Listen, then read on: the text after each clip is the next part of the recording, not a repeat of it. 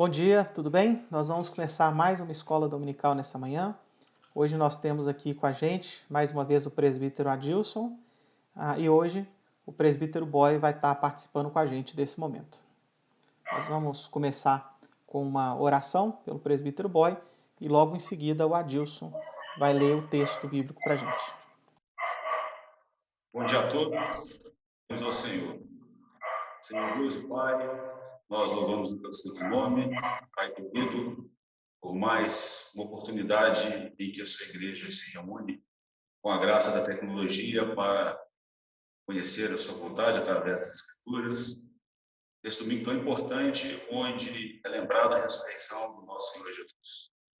E que o livro de Atos, que nos compôs as obras que o Senhor providenciou ao seu povo após a consumação da obra da cruz, e que esse estudo possa nos motivar, nos inspirar a sempre viver uma vida para a sua glória, Pai. Nós louvamos por cada irmão que acompanhará este debate conosco e que nosso coração possa ser profundamente cheio daquilo que o Espírito Santo tem para nossas vidas. Nós oramos e pedimos a tua graça, em nome de Jesus. Amém. Amém. O texto se encontra em Atos dos Apóstolos, no capítulo 3, do verso de 1 até o verso 11, que diz assim: Pedro e João subiam ao templo para a oração da hora nona.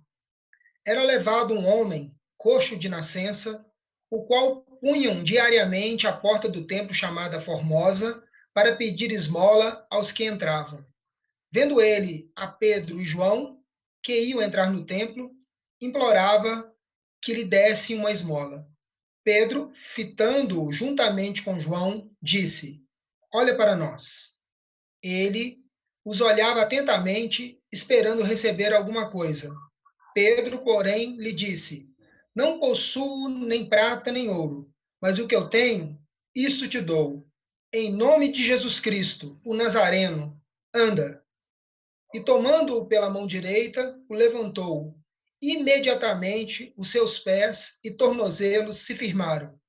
De um salto se pôs em pé, passou a andar e entrou com eles no templo, saltando e louvando a Deus. Viu todo o povo a andar e a louvar a Deus, e reconheceram ser ele o mesmo que esmolava, assentado à porta formosa do templo, e se encheram de admiração e assombro por isso que lhe acontecera.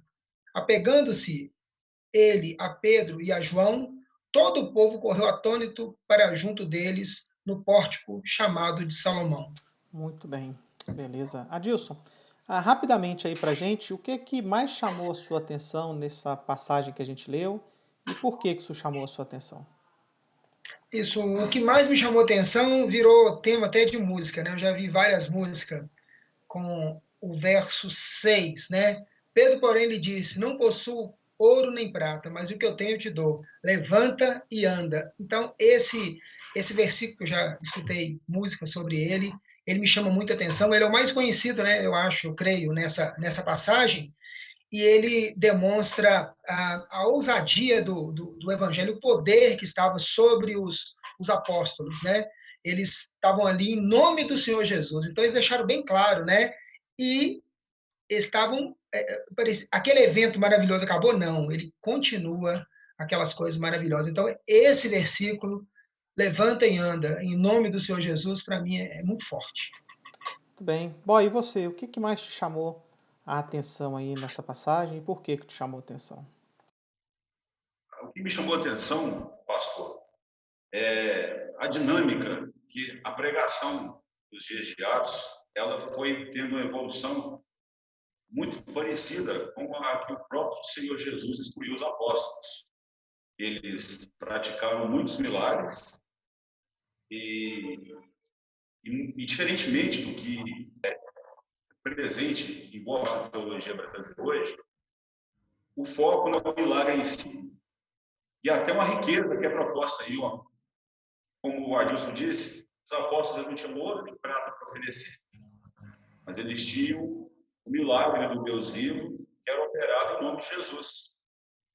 E depois, no texto, né, os próximos versículos e nos próximos trechos que nós iremos estudar, a gente vai ver que o milagre ele precedia depois a mensagem do arrependimento, da nova vida, do testemunho da ressurreição de Jesus e assim por diante.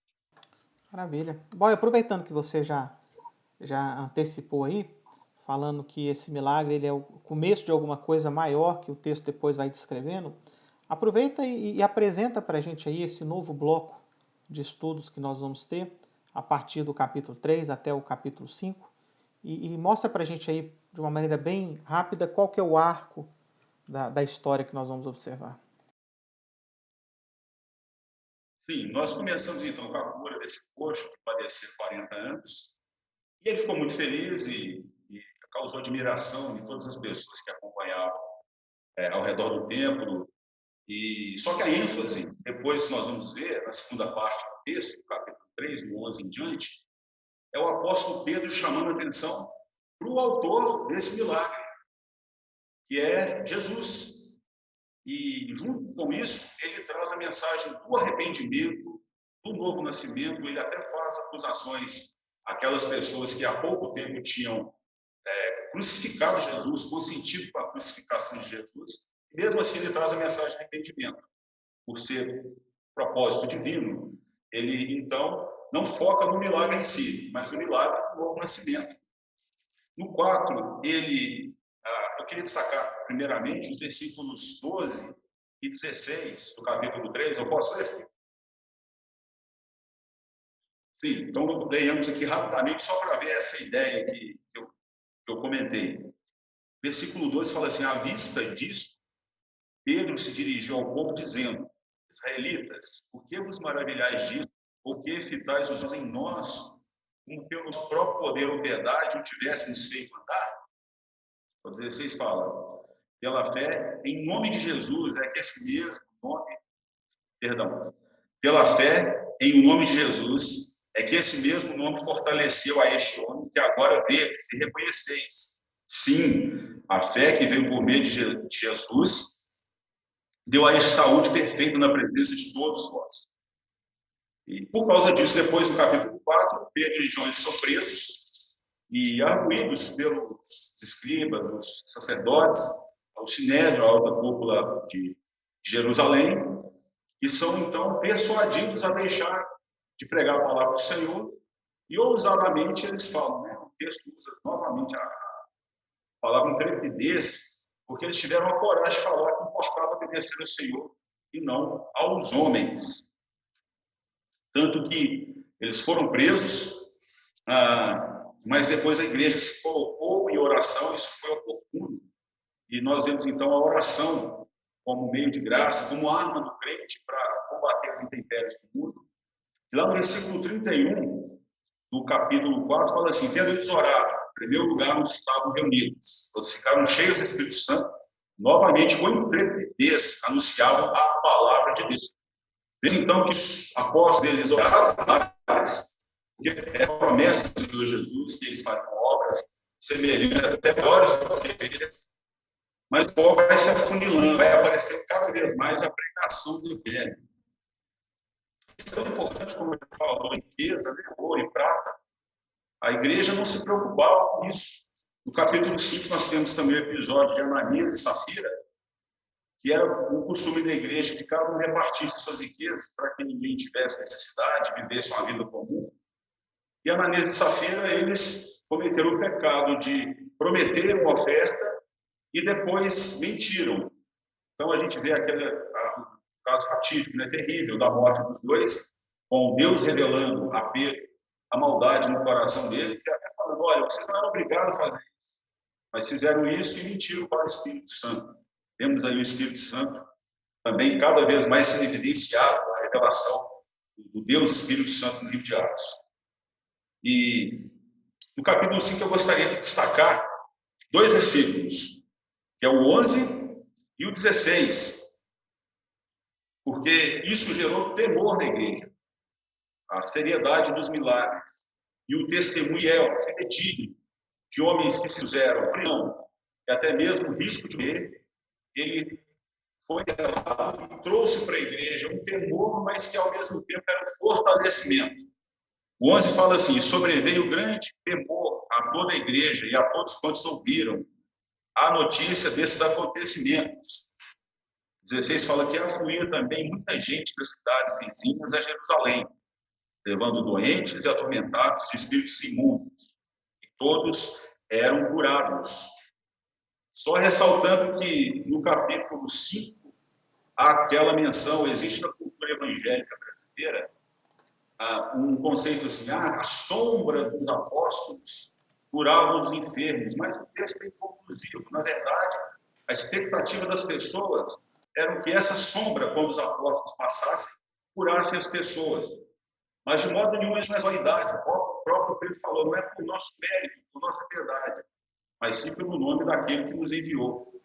Sim. Então, quero mencionar isso, porque o salmo se impressionou, e finalizando o capítulo 5, nesse panorama geral, veio o parecer de Gamaliel, um grão-mestre, um homem muito respeitado em Jerusalém, em todo Israel, que teve seu conhecimento das Sagradas Escrituras, e ele, a título de curiosidade, ele foi um mestre de Paulo, ele ensinou Paulo, tinha Paulo como um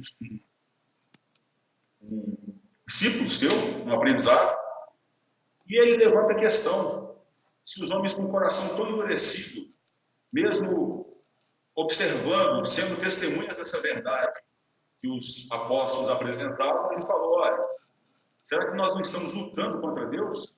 Vamos observar isso, porque outros que vieram para trás tentaram trazer para si glória e movimentos.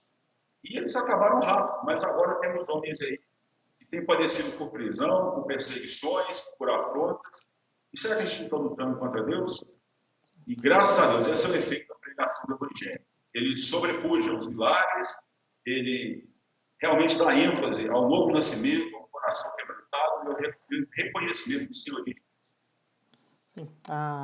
Então, os próximos capítulos que nós vamos estudar, ele tem esse foco aí. Ele vai mostrar para a gente esse desenvolvimento da igreja por meio da pregação, por meio dos sinais dos apóstolos, por meio da oração, por meio do temor, né? Vai demonstrar para a gente como que a igreja foi se estabelecendo em Jerusalém, não sem perseguição, mas apesar da perseguição. Adilson, o Boy falou para a gente aí rapidamente do que vem depois desse nosso trecho, para que a gente possa iniciar essa nova série, mas essa nova série também ela vem depois daquilo que nós estudamos antes. Então, mostra para a gente aí rapidamente como que você acha que o texto que nós lemos hoje se encaixa naquilo que nós estudamos nos domingos anteriores. Então, nos domingos anteriores a gente já começa com um grande fenômeno, né? Um acontecimento que era a descida do Espírito Santo sobre os discípulos, aquele fenômeno das línguas, e as pessoas ficaram em êxtase, né? Vendo tudo aquilo que estava acontecendo, sem entender muito bem o que estava acontecendo.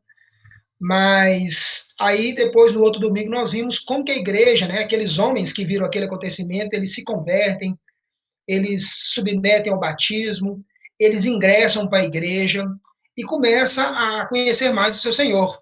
Mas ali no verso 42, 43 de Atos, capítulo 2, fala que muitos sinais e prodígios eram feitos por intermédio dos apóstolos. Então, mas só fala isso, mas não mostra quais eram os sinais, quais eram os prodígios. E agora no capítulo 3 e nos demais capítulos que a gente vai ver pela frente, começa a demonstrar como que era alguns, né, que eu acho que se todos fossem narrados, não caberiam nos livros, né, igual no tempo de Jesus. Resumiram-se algumas coisas, trouxeram para nós umas pitadas, né, de acontecimentos. Esse capítulo 3 mostra um acontecimento fabuloso, porque era um homem coxo de nascença. Ele nasceu, ele não andava, né, desde o seu nascimento, e ele já é uma figura conhecida, figurinha carimbada, que estava todos os dias ali, né, que era o único meio de sobrevivência, que ele não podia trabalhar, ele não podia fazer nada, então ele ficava ali, sobrevivendo das migalhas, das esmolas. Então todo mundo conhecia aquele coxo, né? E quando eles veem, né, esse sinal, essa maravilha, quando eles veem ele pulando, né, dá um salto e entra dentro do templo, pulando e louvando a Deus, um homem que nunca tinha entrado, né, talvez ali no templo, não tinha como ele entrar, várias escadarias, tantas coisas, tantos obstáculos, né? Não tinha acesso como hoje as nossas construções são obrigadas a ter.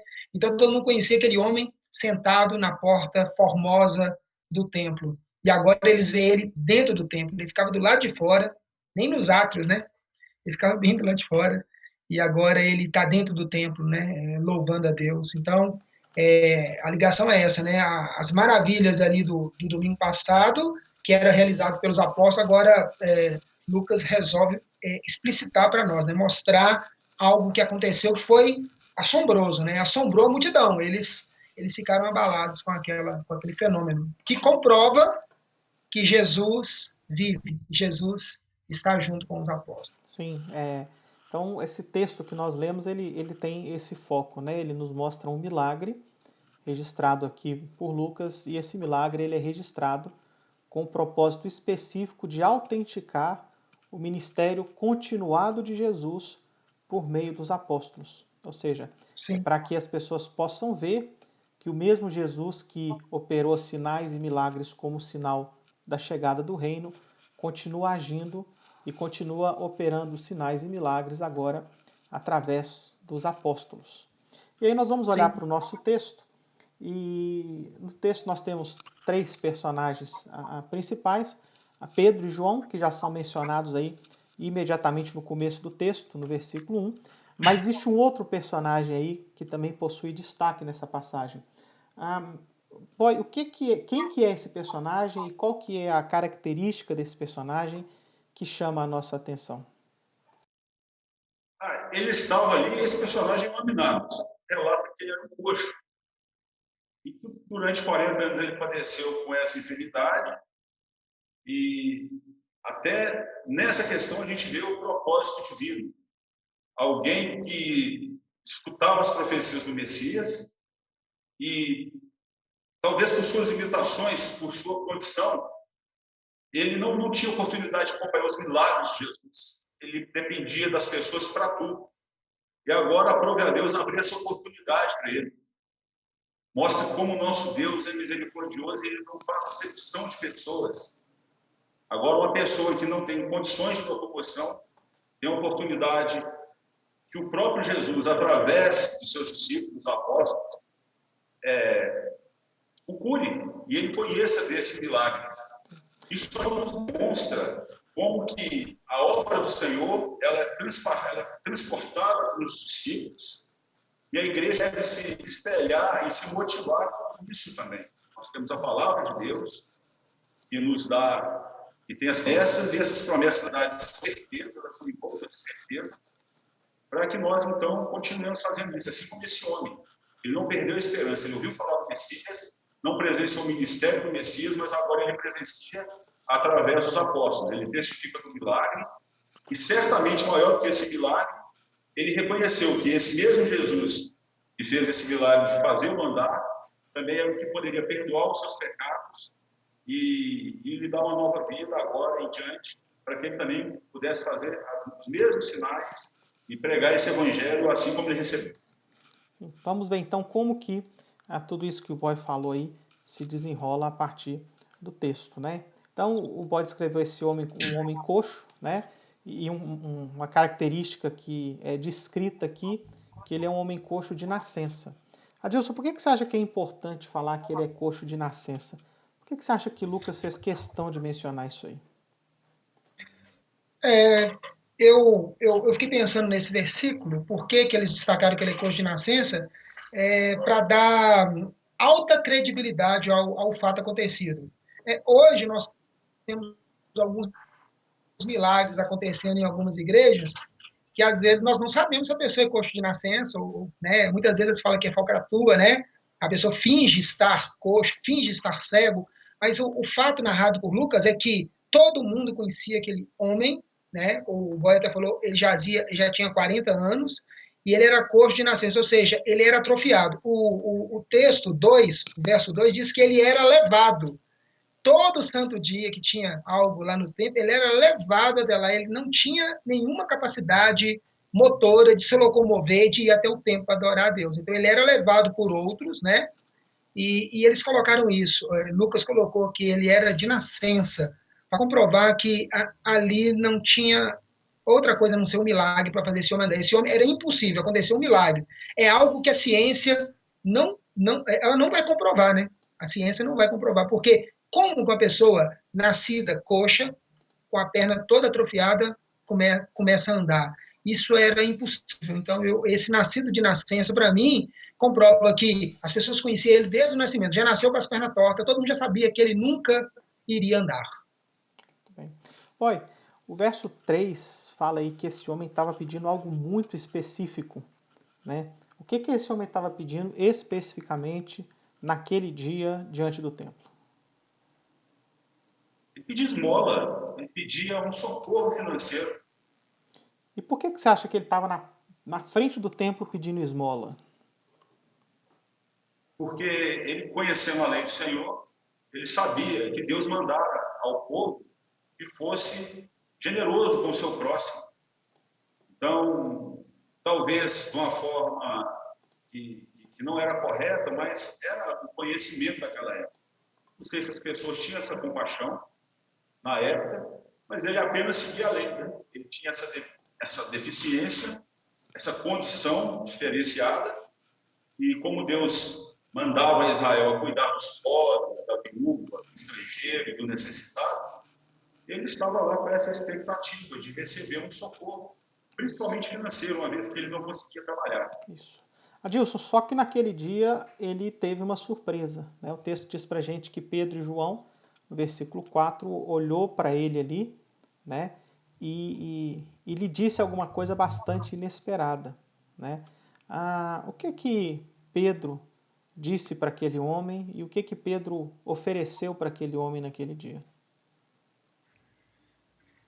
Pedro primeiro contrariou, né, dizendo que não possuía nem ouro nem prata, né? E Pedro depois ele faz aquilo que está escrito nas Escrituras, que Deus nos dá além daquilo que pedimos ou pensamos. Aquele homem jamais ia pedir uma cura, era impossível. Ele pediu algo para ele continuar vivendo, né? Então ele jamais pediria uma cura. É uma cura jamais tinha acontecido isso em Israel, né? Talvez ali naqueles tempos, ali jamais a pessoa, por mais fé que ele tivesse ali, ele não ia pedir isso. Ele pediu ouro e prata e teve uma decepção quando ele disse que não temos ouro nem prata, mas o que nós temos nós te damos. O pastor, eu queria até ilustrar esse momento, porque uma vez eu fui evangelizar e depois o rapaz, que hoje ele é diácono da nona igreja, mas no dia ele falou comigo, só Adilson, eu não estou conseguindo parar de fumar nem de beber. E eu falei, não, senhor, continua firme na palavra de Deus, você vai parar de fumar ou beber. Eu disse, não, Adilson, eu não vou conseguir, não. Eu, num ato assim, impensável, eu falei assim, se você não parar de fumar em dentro de um mês, eu como minha Bíblia na sua frente. E depois eu cheguei em casa e falei, meu Deus, por que eu falei uma besteira tão grande dessa? Por que eu não vou comer minha Bíblia? Eu tinha comprado dela, era caro. Na época a Bíblia custava R$100 e tantos. E eu falei com ele que eu comeria. Aí depois eu cheguei em casa e comecei a conversar com o Espírito Santo de Deus. Meu Deus, porque aí depois eu entendi mais para frente em algumas pregação que às vezes Deus nos impulsiona a falar alguma coisa. E eu tenho certeza que Pedro e João, eles não falaram ali algo deles. Eles olharam, acho que eles fitando os olhos naquele sujeito, assim, nós não temos, mas talvez o Espírito Santo falou assim, você tem algo maior do que aquilo que está pedindo. Sim, e sem dúvida alguma, Adilson, o que eles fizeram ali foi movido pelo Espírito Santo, foi no poder do Sim. Espírito Santo. É isso que Lucas quer mostrar para a gente, que não é para a gente sair por aí falando em nome de Jesus isso, em nome de Jesus aquilo. Né? Os Exatamente. apóstolos estavam agindo ali, movidos pelo Espírito Santo, na autoridade de Jesus Cristo. E você falou algo interessante, porque eu te perguntei o que ele queria e você falou esmola. Né? E por que ele queria esmola? Porque é impensável pedir qualquer outra coisa. Mas há alguns meses atrás, o povo de Israel estava gritando e clamando, pedindo o quê? Filho de Davi, tem compaixão de mim, que eu possa ver, que eu possa ouvir, que eu possa andar. Né? E eu acho que esse é o ponto. Né? Ele estava pedindo esmola porque não tinha esperança de receber nada mais. Afinal de contas, Jesus havia morrido. Né? Para muitos, não sabiam sequer se havia ressuscitado. Mas aí é que Pedro e João, então, trazem a boa notícia. Né? Jesus ainda está vivo e eles falam, em nome de Jesus, o Nazareno anda. E naqueles dias, quando você falava assim, em nome de Jesus, você estava invocando a autoridade daquela pessoa para realizar alguma coisa, né? É como se uma família que tem 2 filhos, né? E aí pede para um dos filhos, olha, vai lá no quarto e chama seu irmão. E aquela criança vai no quarto e fala, olha, o papai está te chamando lá na sala.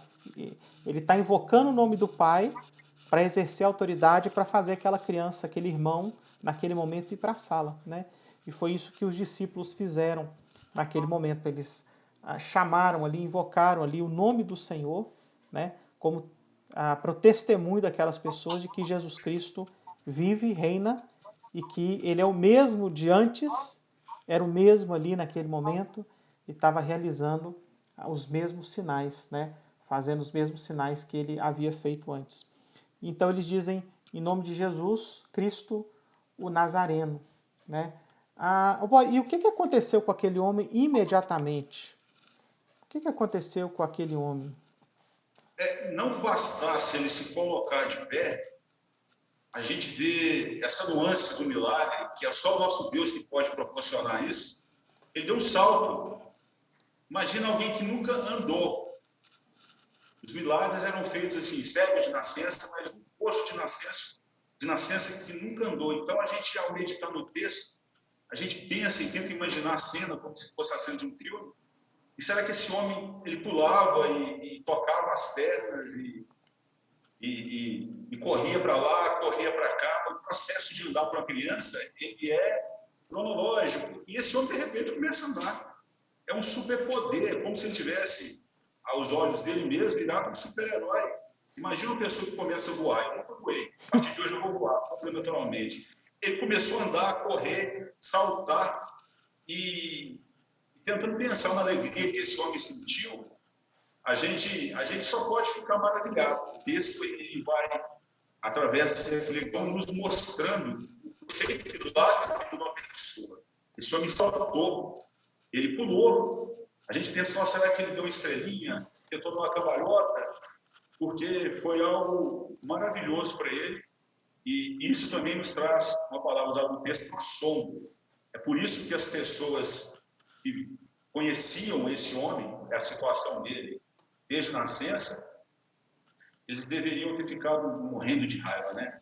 Se pensando, esses discípulos desse profetinha, desse pescador, esse carpinteiro que a gente matou, os discípulos dele agora fazem sinais maravilhosos. É assim, é uma coisa que nos enche o coração também. Sim. É interessante, Boy, que você ter chamado aí a sua atenção no salto, né, na ideia do salto, na palavra do salto, né, porque, sem dúvida alguma, esse ato dele saltar chamou a atenção das pessoas naqueles dias, mas por outro motivo, né? Quando João pediu para os seus discípulos perguntarem para Jesus se ele era o Messias, Jesus descreveu uma série de sinais e falou, agora vai lá, conta para João, e João, por meio desses sinais, ele interpretaria.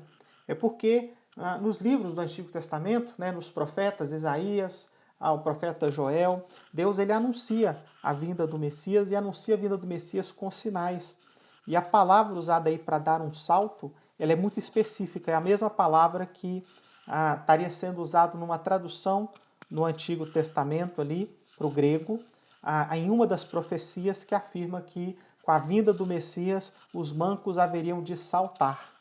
Então, para os discípulos, essa ideia dele ter saltado ali, né, ela se torna algo muito evidente de que os sinais que os discípulos, os apóstolos estavam realizando, eram sinais de que o reino de Deus de fato havia se estabelecido, né? Os mancos estavam agora saltando, estavam saltitando, né?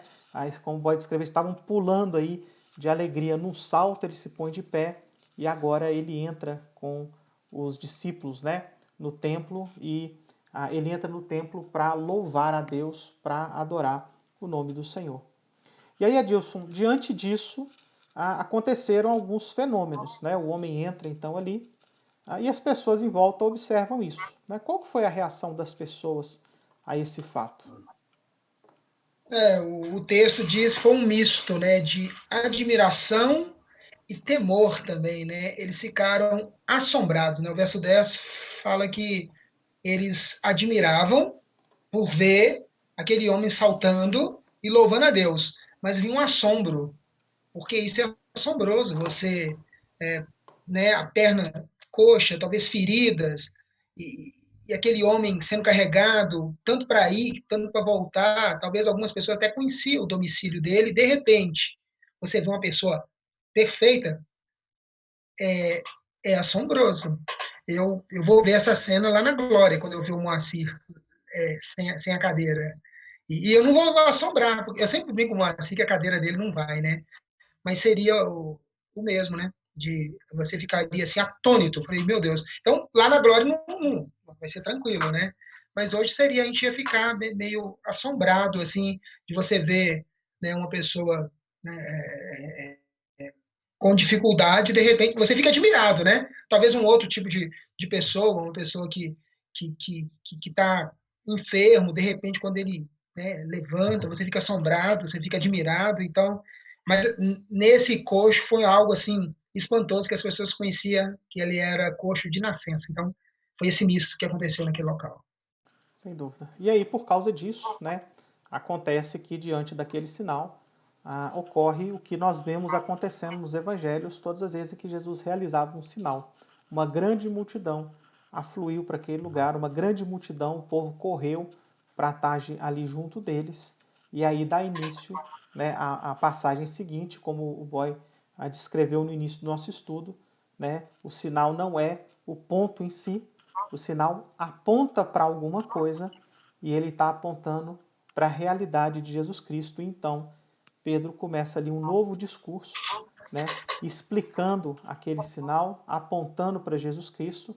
E como o Boy mencionou, num dos textos que ele citou, no versículo 19, chamando então o povo ao arrependimento. Né? O sinal ali não era para que os apóstolos ficassem conhecidos ou para que os apóstolos ficassem famosos, mas era para que o nome de Jesus ficasse conhecido e para que o nome de Jesus se tornasse o ponto alto ali da pregação de Pedro e de João.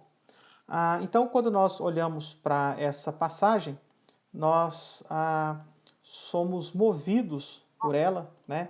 E Deus nos mostra, por meio dela, que o milagre aqui registrado tem esse propósito de autenticar o ministério continuado de Jesus, por meio dos apóstolos, para que todos saibam que Jesus está atualmente vivo e assentado no seu trono.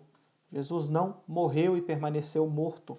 Né? A nossa Páscoa não é a celebração da morte do Cordeiro, mas é a celebração da morte e da ressurreição do Cordeiro. Né? Ele está vivo, assentado no trono, e ele ainda está exercendo o seu poder e o seu propósito sobre a vida da igreja. Né? E isso precisa servir para nós de incentivo. Para a gente, então, encerrar o nosso estudo, algumas perguntas de meditação, de reflexão. Né? O que é mais comum a gente pensar como igreja? Que é a nossa vez, é a nossa hora de agir, ou que, na verdade, Jesus Cristo é que está agindo por meio de nós e no meio de nós? O que a gente costuma pensar mais facilmente como igreja? Qualquer um dos dois pode responder. Eu, particularmente, eu creio que a igreja pensa que Jesus continua realizando os milagres. Jesus é o mesmo ontem, hoje e será eternamente. Eu acho que a nossa igreja tem uma maturidade, a nossa igreja, eu falo da nossa igreja, tem uma maturidade para discernir que honra, glória e louvor é do Cordeiro, que tudo que acontece, né, que os milagres acontecem, os milagres acompanham aqueles que creem, né? Então, eu creio que a nossa igreja tem uma maturidade, espero que tenha, né, para discernir isso, que Jesus continua, ele é o cabeça de uma igreja, ou seja, nós somos instrumentos de Deus. Jesus é o cabeça, então muitas vezes ele pode nos usar para fazer uma oração para curar uma pessoa. Isso eu tenho isso em mente. Fala, Jesus boy. é o mesmo ontem, hoje e sempre. E aí então eu Isso. jogo a bola agora lá para o boy. Boy, então se você visse um manco pedindo esmola na porta da igreja, como é que você responderia para ele? Você responderia igual os apóstolos? Levanta e anda? ou não, e por que que você responderia da maneira como você responderia? Eu vou ser honesto, eu não responderia não. Acho que a minha fé não alcançou esse nível de confiança e de ousadia. Mas certamente eu falaria para ele que, embora possa ter essa dificuldade, o que importa para Deus é o nosso coração. Principalmente hoje, diferentemente daquela época, existem muitas maneiras de uma pessoa se locomover e a tecnologia, a sabedoria humana deu, né, maneiras, mas do que adianta a gente ter a saúde perfeita e não ter paz no coração e ser assombrado pelos nossos temores, pelos nossos pecados e por tudo aquilo que é a ausência de Deus na vida do ser humano. Eu acho que a segunda parte do discurso seria mais coerente do discurso ou da sequência, né? Existe um Jesus que ele pode te restaurar a alma e o Espírito Santo que é citado no livro de Atos, dessa maneira contínua também, que foi prometido por Jesus, ele, né, através do novo nascimento, essa pessoa pode experimentar a verdadeira paz, a verdadeira alegria e saltar com o seu espírito, com o seu coração. Talvez fosse essa a minha resposta. Ô boy, que bom que Lembrando você... que o livro de Atos, Não, que bom que você não vai mandar o cara, a pessoa ficar de pé, é porque o livro de Atos ele não é prescritivo para a gente, né? E provavelmente a pessoa não levantaria e não andaria, né? A gente precisa entender a respeito dessa passagem que, embora Jesus seja o mesmo ontem, hoje e sempre, os apóstolos realizavam esses sinais por um motivo muito especial. Ainda não havia o Novo Testamento não havia sido escrito, o ensino de Jesus estava com os apóstolos, e a grande pergunta que surgia era: quem são esses homens que acham que podem falar de Jesus e por que que nós vamos dar ouvidos a esse homem? Especialmente pensando que o homem que eles seguiam, o Nazareno, morreu numa cruz. E se ele ressuscitou, eu não vi. Jesus se mostrou para os discípulos, mas se mostrou para todo mundo. Então a pergunta que surge é: por que é que alguém daria ouvido para o discurso de Pedro? Para que alguém ouviria a discurso daquele homem? E o sinal, então, testifica que Pedro é um apóstolo genuíno de Jesus, que Pedro deve ser ouvido na sua autoridade, porque Pedro não está falando dele, ele está falando em nome de Jesus. Né? Mais do que isso, o sinal testemunha que, quando Pedro fala que Jesus o Nazareno morreu e ressuscitou, aquele sinal que ele fez é o testemunho de que Jesus está ressuscitado e de que ele está vivo e que, portanto, o seu discurso é verdadeiro. Hoje, né, com a Bíblia escrita, nós podemos ler a respeito desse fato, né, saber que os apóstolos fizeram e responder a isso da mesma forma que Jesus exigiu que todos respondessem, pela fé. Se alguém fala, olha, se o boy não fizer aquele homem andar, eu não vou acreditar, o boy vai fazer alguém andar e a pessoa vai continuar duvidando. Porque a questão não é o sinal, a questão é para o que o sinal aponta. E aquele sinal apontava para o fato de que Pedro é um apóstolo do Senhor Jesus. Como o cânon está fechado, a escritura está fechada, como nós já temos o ensino dos apóstolos, né, o boy não precisa mais fazer ninguém andar. O boy pode abrir a Bíblia, como ele disse, né, falar do nome de Jesus, pregar o Evangelho, e nós sabemos que o Espírito Santo, que é o mesmo ontem, hoje e sempre, vai agir na vida daquele homem. Se Deus desejar fazer algum sinal pela sua soberana graça e misericórdia, Deus vai fazer pela sua soberana graça e misericórdia. Mas de maneira alguma nós precisamos desses sinais para testificar da nossa autoridade. Porque quando o Adilson prega, quando o boy prega, quando eu prego, quando você que está nos ouvindo aí de casa prega o Evangelho, graças a Deus nós não dependemos de nós. Nós estamos nos ombros de Pedro, falando o discurso dos apóstolos. Nós estamos nos ombros de Paulo, falando o evangelho que Paulo pregou. Quando nós evangelizamos, nós estamos nos ombros de Cristo, anunciando aquilo que o próprio Cristo anunciou. É por isso que nós não precisamos desses sinais para apontar para nós ou para a nossa autoridade, porque nós temos a Bíblia, que é a palavra de Deus, e é ali agora que Deus deposita a sua autoridade para reconciliação, para restauração e para transformação. Nós precisamos lembrar que se aquele homem estava buscando dinheiro, ele recebeu algo muito mais valioso. E o que ele recebeu de mais valioso não foi o levantar e o andar. Foi o fato de que aquele sinal apontava para a realidade de que Jesus Cristo estava vivo e de que Jesus Cristo poderia salvá-lo por toda a eternidade. Não era sobre aquele homem andar, era sobre aquele homem agora andar em direção ao paraíso por meio de Jesus Cristo. E isso é o grande milagre que foi testemunhado naquele dia. Quando nós olhamos para essa passagem, nós precisamos ter confiança e aprender que a confiança que nós temos como testemunhas de Jesus deve vir da nossa certeza de que Ele continua agindo com poder na vida da igreja. Não dos sinais, não dos milagres, mas da confiança que nós temos de que Ele continua agindo na vida da igreja. Esse sinal apontou para isso. Se você crê nas Escrituras, você crê que Jesus está vivo. Se você precisa de um sinal para ter essa certeza, então você não crê. A fé é a certeza daquelas coisas que nós não enxergamos. A fé é a confiança que nós temos na promessa. E naquele dia a promessa se cumpriu. E se ela se cumpriu, ela se cumpriu. Se o Adilson prometer para a Carol, para a filha dele, alguma coisa, e falar: Carol, no final do ano eu vou te dar um presente, vou te dar uma bicicleta. E todos os dias de manhã, a Carol lembrar o Adilson: pai, não esquece da minha bicicleta. Não esquece a minha Caloi, né? Como era a propaganda, não esquece a minha Caloi, não esquece a minha Caloi. Significa que ela não confia no Adilson. E se o boy visse essa dinâmica, o boy pensaria: o Adilson não é digno de confiança, porque a Carol tem que lembrar ele, senão ele esquece.